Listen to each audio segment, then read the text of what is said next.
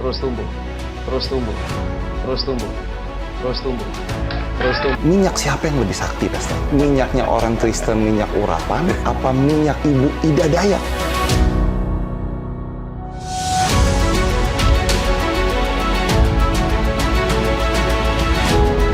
Pastor Stephen, selamat datang kembali di dalam Ruang Tiranus. Saya sudah tidak sabar, Pastor. Dengan episode kali ini sangat seru sekali. Apa kabar, Pastor? Tapi sehat-sehat. Luar biasa, puji Tuhan. Selalu sehat, selalu kuat. Amin. Dalam anugerah Amin. Tuhan. Amin. Haleluya. Pastor, langsung aja nih, Pastor. Ya. Di Indonesia ini lagi heboh, Pastor. Ibu-ibu yang bisa menyembuhkan tulang-tulang yang bengkok, Pastor.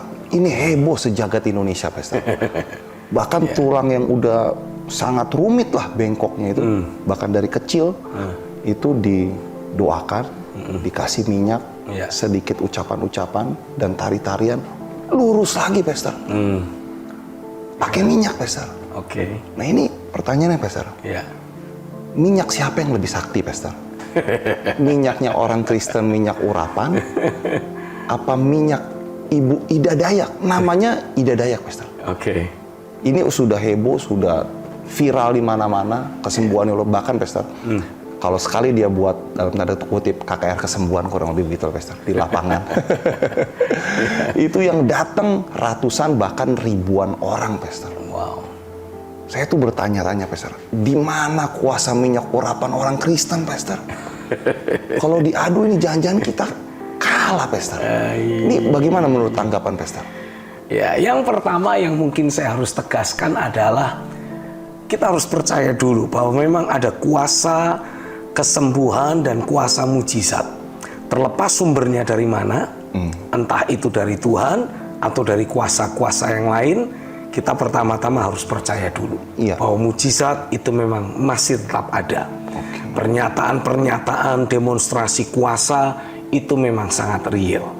Nah, terlepas dari kemudian kita mendapati bahwa Alkitab juga menuliskan iblis pun bisa membuat banyak mujizat dan tanda ajaib.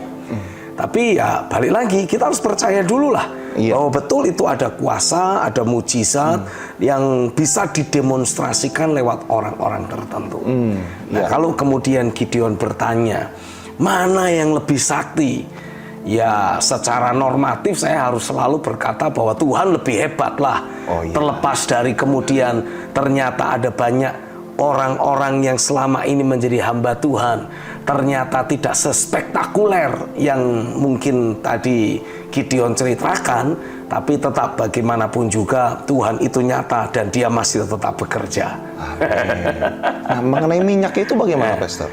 Kalau tentang minyak, kembali saya berkata bahwa itu hanya sarana. Sarana. Ya, sama seperti kalau kita memperhatikan ada hamba-hamba Tuhan yang mempergunakan kain yang pernah dipakai atau sapu tangan yang dibawa oleh orang yang sakit, kemudian didoakan. Dan dari situ akan bisa terjadi kesembuhan. Ini hanya sarana. Demikian pula minyak. Lalu kemudian mungkin kita bisa pakai media yang lain. Seperti misalkan air yang mungkin akan kita minum, kita doa terlebih dahulu supaya lewat air itu Tuhan akan bisa menyembuhkan tubuh kita yang sakit. Itu pun bisa. Jadi jangan terjebak hanya dengan masalah minyak. Jangan terjebak dengan media dan sarana. Karena itu hanya alat. Yang pertama-tama harus kita pastikan adalah kita membawa diri kita terhubung dengan realita Tuhan dan lewat keberadaan Tuhan yang Maha Kuasa, yang bahkan Alkitab katakan hanya dengan berkata-kata dia menyembuhkan yang sakit, bahkan membangkitkan yang mati. Maka kita pun sebagai orang percaya, sebagai hamba-hamba Tuhan harus memastikan diri kita terhubung dengan keberadaan Tuhan itu. Dan kita alami betul bagaimana kuasa Tuhan mengalir lewat hidup kita. Tentang media dan sarana, bisa 1001 macam sarana. Yesus sendiri pernah meludah dan kemudian dia membuat kayak semacam bola lumpur begitu dari tanah yang bekas dia ludahi, lalu kemudian dia oleskan ke mata orang buta, dan ketika disuruh mencuci mata orang buta itu, butanya hilang, matanya melihat kembali. Jadi jangan terjebak dengan sarana. Jadi padahal itu pakai ludah ya, Pastor. Jangan-jangan dukun niru Tuhan Yesus ya, Pastor. Aduh, disemburin gitu. Terinspirasi juga. Iya, ya, Pastor. terinspirasi dari Tuhan Yesus.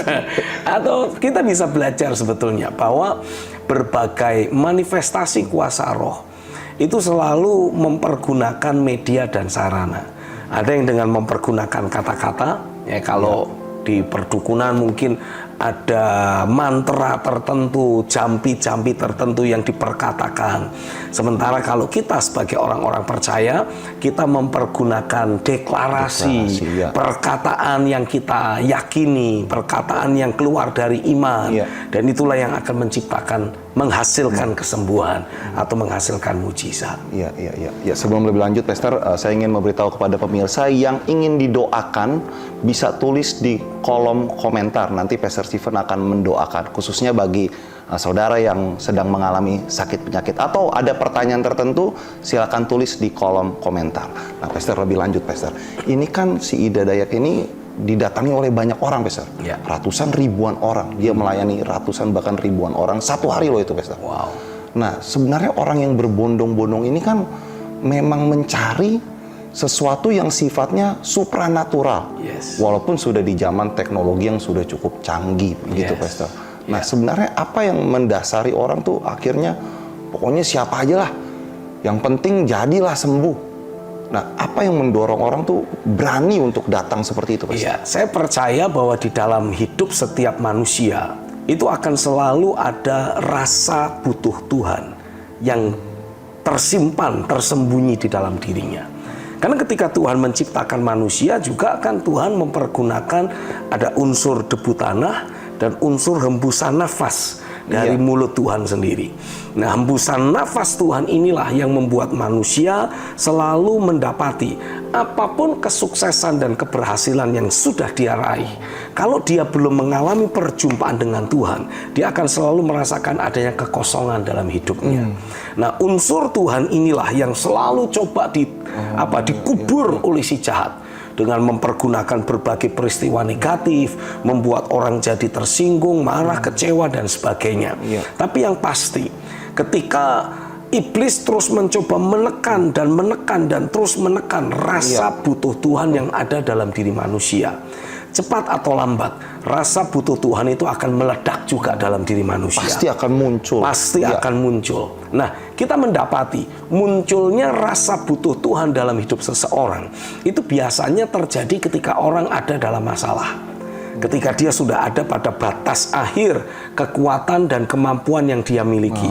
Maka pada saat itulah dia menyadari betul, aku butuh sesuatu yang lebih. Aku butuh Tuhan. Aku butuh kekuatan atau aku butuh satu pribadi yang lebih hebat, lebih kuat, lebih perkasa, lebih dikdaya dari diriku. Gitu kira-kiranya. Nah, pada saat itulah orang akan mulai mencari Tuhan. Nah, cara yang paling sederhana ketika seseorang ingin bertemu dengan Tuhan adalah mencari sesuatu yang spektakuler, sesuatu yang supernatural, sesuatu yang dia anggap bukan dari kemanusiawian, bukan dari sesuatu yang berasal dari teknologi bahkan, tapi ini betul-betul sesuatu yang sifatnya ilahi, yang supernatural. Itu sebabnya ketika kita mendapati ada seseorang yang punya kekuatan kesembuhan, bisa menyembuhkan yang sakit secara begitu saja, secara ilahi, secara supernatural, orang akan berduyun-duyun datang. Di satu sisi itu akan memuaskan rasa butuh Tuhan yang ada dalam hidupnya. Tapi di sisi yang lain, ya tentu saja dia kepengen untuk mengalami jamahan dari kekuatan supernatural tersebut. Itu sebabnya penting sekali buat setiap kita sebagai hamba-hamba Tuhan untuk terus belajar memperkuat persekutuan pribadi kita dengan Tuhan secara sedemikian rupa sehingga kita betul-betul akan bisa menghadirkan realita Tuhan itu. Ya, jangan sampai kita sebagai hamba-hamba Tuhan cuma bisa nonton Ada orang-orang yang dengan kekuatan supernatural yang dimilikinya kemudian membuat demonstrasi di pinggir jalan, sementara kita sebagai hamba-hamba Tuhan, kita tidak pernah mendemonstrasikan realita kekuatan dan kuasa Tuhan dalam hidup dan pelayanan kita. Tidak bisa tidak. Kita akan mendapati kondisi dan keadaan seperti yang ditulis dalam Alkitab tentang Musa yang Tuhan utus untuk membebaskan orang-orang Israel dari penindasan Firaun di Mesir, tapi Firaun menghadapkan atau mengirim, mempertontonkan kekuatan ahli-ahli sihirnya. Ya, terjadi peperangan pakai tanda kutip antara ahli sihir Mesir dengan Musa. Walaupun Alkitab menuliskan karena Musa diutus oleh Tuhan, ada kuasa dan otoritas yang menyertai hidupnya. Maka sebagai akibatnya ketika Musa lempar tongkat dan kemudian berubah jadi ular, dan ahli-ahli sihir juga melakukan hal yang sama, mereka lempar tongkat mereka dan semua berubah jadi ular. Alkitab menuliskan ular Musa menelan ular-ular ahli sihir yang ada, dan kemudian berubah lagi menjadi tongkat di tangan Musa. Nah, saya percaya di hari-hari yang terakhir ini kita akan melihat ada fenomena-fenomena di mana hamba-hamba Tuhan akan mendemonstrasikan banyak kuasa dan mujizat, tapi pada saat yang lain ada orang-orang lain, ya saya bilang aja dari kelompok seberang, yang juga akan mendemonstrasikan kuasa dan berbagai macam keajaiban. Tapi yang kita harus pastikan adalah, ayo kita pastikan kita memiliki sumber yang sungguh-sungguh berasal dari Tuhan sendiri. Sehingga ketika kita sudah membawa orang-orang tersebut mengalami mujizat, mengalami kesembuhan, kita pun bisa langsung menjawab kebutuhan mendasar yang orang itu miliki. Sebetulnya orang-orang ini punya kebutuhan mendasar bukan supaya sakitnya sembuh, tapi supaya dia bertemu dengan realita Tuhan. Kembali diperhubungkan, kembali dipertemukan dengan realita Tuhan yang menciptakan hidupnya. Itulah kebutuhan mendasar orang. Nah, Pastor Stephen beberapa tahun yang lalu, Pastor, pernah mendemonstrasikan mujizat, Pastor. Di mana ada orang yang sakit di belakang, ternyata permasalahannya tangan kanan sama tangan kiri itu panjangnya berbeda, Pastor.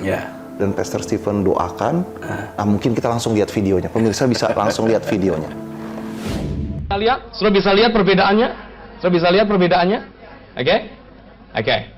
Nah, kamu sering nggak ngalami sakit gitu di bagian sini? Nggak. Tapi memang kadang-kala kita tidak menyadari dan kita tidak mendapati adanya kelainan-kelainan sampai pada usia tertentu. Baru kau akan bisa rasakan itu. Oke? Coba sekali lagi. Dekat. Oke. Jangan terlalu nempel. Oke ya. Oke, kita akan coba sekarang. Oke. Dalam nama Yesus, aku perintahkan untuk setiap lengan, otot, syaraf, tulang tumbuh sekarang. Dalam nama Yesus, aku lepaskan kuasa Allah dan aku perintahkan tumbuh sekarang. Tumbuh sekarang. Jadi sama panjang. Terima kasih Tuhan. Terus tumbuh. Terus tumbuh. Terus tumbuh. Terus tumbuh. Terus tumbuh. Terus tumbuh, terus, jadi sama, terus.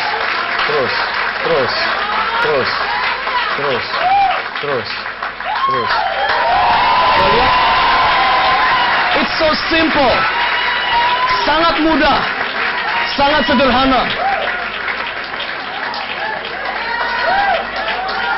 Sangat sederhana. Yang saudara perlukan, dengar, yang saudara perlukan hanyalah kuasa Roh dan nama Yesus. Pastor, itu tadi orang tangannya bisa maju dan akhirnya sama. Tanpa minyak, Pastor. Tanpa Pastor Stephen mengolesi apapun. Itu apa yang terjadi di dalam hati Pastor Stephen saat itu? Kok bisa mengalirkan kuasa seperti itu? Sebetulnya kembali lagi, yang kita harus perhatikan adalah ini minyak atau perkataan atau apapun itu hanya sarana. Sarana lagi, Yang kita perlukan adalah menjadikan hidup kita sebagai sarana. Dengan kita memiliki keterhubungan dengan realita Tuhan dan kita diperintah Tuhan untuk melakukan apa yang harus kita lakukan, maka pada saat itulah selalu ada kuasa dari sorga, kuasa Tuhan yang akan mendemonstrasikan dirinya lewat hidup kita, membackup kita dan akan membuat kita bisa melakukan apa yang menurut manusia biasa tidak bisa. Gitu. Jadi Pastor Stephen saat itu hanya taat saja? Ya taat saja sudah. Dan sampai sekarang pun saya mendapati ada begitu banyak kesaksian-kesaksian orang mengalami kesembuhan, orang mengalami mujizat ketika kita berdoa dan ketika kita membuat deklarasi firman atau ketika kita menumpangkan tangan atas orang yang sakit. Dan seperti yang ditulis di dalam Alkitab, ya tanda-tanda ini akan menyertai orang-orang yang percaya. Mereka akan mengusir setan, mereka akan menyembuhkan orang yang sakit. Itu menjadi sesuatu yang ya seharusnya real saja, normal saja. Tapi satu hal yang saya mau tegaskan sekali lagi, kita harus pastikan dan kita harus selalu ingat bahwa goal kita bukan mengejar mujizatnya. Tapi goal kita adalah membangun kehidupan kita untuk menjadi orang-orang yang selalu berdiri di atas firman, terhubung dengan realita Tuhan. Karena dari situlah Alkitab menuliskan berbagai mujizat dan keajaiban itu akan menyertai. Bukan sesuatu yang kita kejar, bukan sesuatu yang kita usahakan, tapi itu akan menyertai dengan sendirinya. Amin, haleluya. Baik, Pastor Stephen, sudah ada yang menulis di kolom komentar ingin didoakan, mau ke Pastor Stephen mendoakan. Oke, sekarang kita akan berdoa bersama-sama. Nah, saya mau saudara belajar untuk percaya. Arahkan tanganmu kepada gadget yang ada, sebagaimana saya pun mengarahkan tangan saya kepada kamera yang ada di sini, dan kita akan satukan hati untuk berdoa. Karena Alkitab menuliskan, di mana ada 2-3 orang sehati di dalam nama Yesus, maka apapun yang kita minta dan doakan, Tuhan menjawab, Tuhan melakukan mujizat, Tuhan melakukan keajaiban untuk menjawab doa dan permintaan kita. Saya mau saat ini engkau mengucapkan apa yang kau rindukan, apa yang kau percaya Tuhan akan perbuat dalam hidupmu, dan saya akan berdoa menyatukan hati dengan saudara. Bapa di sorga, di dalam nama Yesus, aku minta biarlah engkau mendengar dan engkau melakukan seperti yang diminta, yang diharapkan, yang dirindukan oleh orang-orang yang sedang melihat program siaran saat ini. Aku menyatukan hati dengan mereka. Mereka membutuhkan kesembuhan, mereka yang membutuhkan mujizat, mereka yang membutuhkan perkara-perkara ajaib daripadamu. Aku satukan hati dengan mereka, dan di dalam nama Yesus terjadi kesembuhan atasmu, terjadi mujizat, terjadi terobosan ilahi, terjadi kelepasan seperti yang engkau percayai. Alkitab menegaskan, jadilah padamu seperti yang kau imani. Hal yang sama aku perkatakan di dalam nama Yesus. Sebagaimana engkau berharap kepada Tuhan, sebagaimana engkau mengimani dan percaya, jadilah padamu di dalam nama Yesus. Terjadilah saat ini mujizat terjadi, kelepasan, kesembuhan terjadi di dalam nama Yesus. Dimanapun kau berada, apapun kondisimu saat ini, kuasa Tuhan datang dan menjamah kehidupanmu. Dan dalam nama Tuhan Yesus, biarlah hidupmu menjadi kesaksian. Ada banyak orang bisa melihat bagaimana kuasa Tuhan bekerja dan berlaku dalam hidupmu. Terjadilah di dalam nama Tuhan Yesus. Amin. Amin. Haleluya. Amin. Haleluya. Haleluya. Bagi saudara yang telah mengalami kesembuhan juga bisa langsung tuliskan menjadi kesaksian di kolom komentar yang ada. Ya, baik Pastor. Jadi apa yang menjadi kesimpulan Pastor Stephen antara kesembuhan dengan rasa butuh Tuhan dan soal perminyakan tadi, Pastor? Apa yang menjadi kesimpulan? Saya percaya bahwa pada hari-hari yang terakhir ini Tuhan akan terus bekerja secara sedemikian rupa untuk memastikan bahwa semua manusia yang ada di atas muka bumi ini akan kembali dibawa terhubung dengan realita Tuhan. Itu sebabnya saya yakin rasa butuh Tuhan yang ada dalam hidup manusia, khususnya yang ada di Indonesia lah. Saya tidak mau bicara yang ada di luar negeri karena bahasanya nggak paham, jadi nggak bisa mengerti pembicaraan kita. Tapi seberapa banyak saudara yang memahami apa yang sedang kita percakapkan, saya mau deklarasikan, saya mau nyatakan, dalam hidupmu Tuhan akan munculkan rasa butuh Tuhan yang sedemikian hebat. Tapi satu hal yang saya mau tegaskan pada saudara, jangan pernah ragu.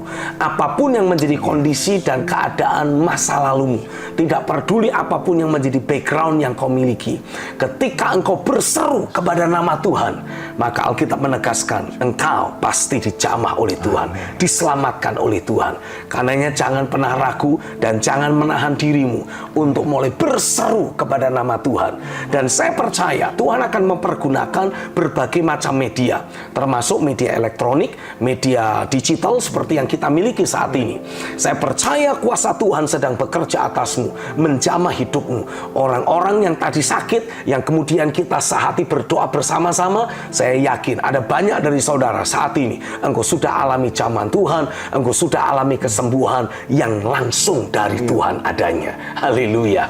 Dan biarlah kesaksianmu engkau mulai ceritakan kepada yang lain. Dan saya percaya itu akan menjadi sebuah benih yang memastikan orang-orang lain yang mungkin saat ini belum memiliki kebutuhan apapun, tapi karena mendengar kesaksian bagaimana Tuhan menjamah hidupmu, ketika sekali waktu mereka menghadapi permasalahan yang sama, mereka pun akan mulai mendapati ada rasa butuh Tuhan yang dimunculkan oleh Roh Kudus. Dan ketika mereka berseru kepada nama Tuhan, jamahan Tuhan datang dalam hidup mereka.